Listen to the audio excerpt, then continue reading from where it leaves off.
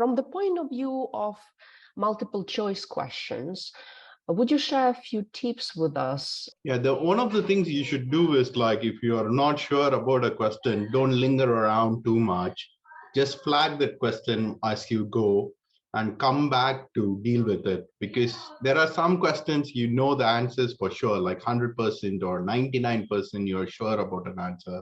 Just answer those questions first and flag those questions which you are not sure about, and then come back to deal with it, so that you don't spend too much time on a question which you're not sure about, and you can deal with it later.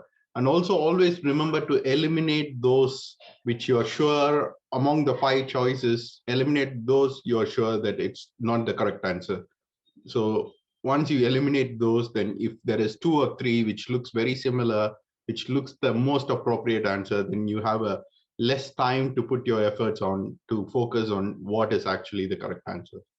Yeah, we will consider today a few answers as well. And as usual, it's possible to subdivide them into 2 groups, you know, yes or no, or something of that nature related to that.